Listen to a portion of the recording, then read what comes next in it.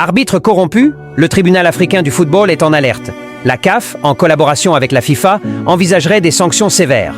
Une affaire explosive qui pourrait laisser des traces durables dans l'histoire du football africain. Une nouvelle fois, le football du continent est secoué par une vive polémique. Au cœur de la tempête, un arbitre congolais, accusé par plusieurs sources d'avoir pris des décisions controversées. Des soupçons de corruption circulent, allant jusqu'à viser indirectement la Fédération marocaine de football.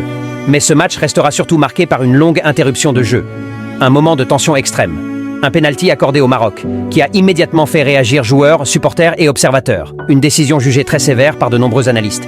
Une faute légère dans la surface, qui a pourtant suffi à faire basculer la rencontre. L'arbitre congolais se retrouve alors au centre de toutes les critiques. Incompréhension, colère, frustration. La polémique autour de l'arbitrage prend le dessus sur le jeu lui-même.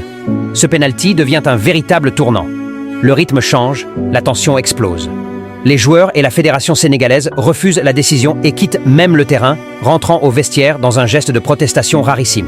Finalement, le jeu reprend. Brahim Diaz s'avance pour tirer ce pénalty sous une pression immense. Il le manque. Sadio Mané, en leader, rappelle ses coéquipiers sur le terrain. Et Edouard Mendy, héroïque, arrête la tentative décisive. Une scène surréaliste, une image forte. Un épisode qui restera à jamais gravé dans la mémoire des fans africains. Le football a gagné ce soir-là, mais la polémique, elle, ne fait que commencer.